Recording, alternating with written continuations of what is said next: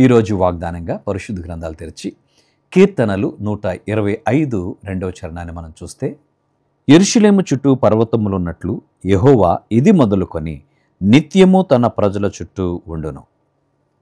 దేవుని నామానికి స్తోత్రం కలుగును గాక.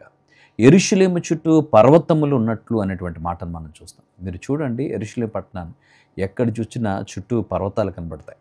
ఎత్తైన ప్రదేశాలు, ఎత్తైన ప్రదేశం మీద పర్వతముల మీద కట్టబడినటువంటి పట్టణము యెరూషలేము. కనుక దేవుడు ఆ పట్టణానికి చుట్టూ ఒక పర్వతం మీద నుంచి శత్రువులు దాంట్లోనికి రావాలంటే ఎంతో ప్రయాసపడాలి. ఆ పర్వతాలు ఎక్కి దిగి లోనికి రావడానికి ఎంతో టైం పడుతుంది. అలాగే దేవుని బిడ్డలకు, ఆయన యందు భయభక్తులు గలవారి చుట్టూ ఆయన తన కృపను, తన యందు భయభక్తులు గలవారి చుట్టూ తన కృపను, తన వెలుగును ఆయన ఉంచాడు. అంటే నీకు ఎంత భద్రతనిస్తా ఉన్నాడు. దేవుని యందు భయభక్తులు గలవారి చుట్టూ ఆయన దూత కావలి ఉండి సంరక్షించడమే కాదు, యెరూషలేము పట్టణం చుట్టూ ప్రాకారాలు ఉన్నట్లుగా దేవాది దేవుడు నీకు చుట్టూ ప్రాకారంగా ఉన్నాడు. దేవుణ్ణి ఆశ్రయించగలుగుతున్నావా? కొన్నిసార్లు నీకు కలిగే ఇబ్బందులను బట్టి ఏం చేశాడండి దేవుడు, ఏం దేవుళ్ళండి అని అనుకుంటున్నావేమో. దేవుడు నాకు ఏం చేశాడు, నేను ఇంత భక్తిగా ఉన్నాను, ఇన్ని కష్టాలు అనుభవిస్తున్నాను, ఇన్ని ఇబ్బందులు పడుతున్నాను. ఒకసారి గహజీ అంటాడు, అయ్యా ఎలినివాడా, మన చుట్టూ చూస్తే రథాలతో మనల్ని చుట్టుముట్టారు, మన పరిస్థితి ఏంటని కంగారు పడతా ఉన్నాడు.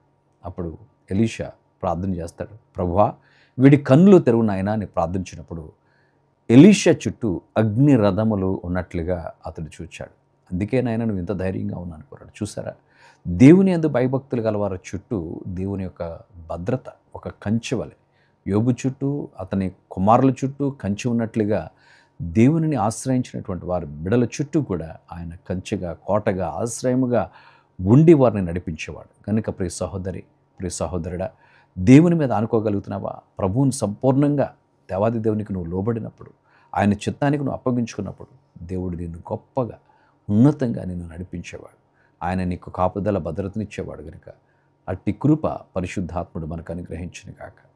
పరిశుద్ధుడా నీకు వందనాలు. యెరూషలేము చుట్టూ పర్వతములు ఉన్నట్లుగా నీవు మా చుట్టూ ఆయన కాపుదలను, భద్రతను అనుగ్రహించి నడిపించే దేవుడుగా ఉన్నందుకు నీకు స్తుతులు చెల్లిస్తున్నాం.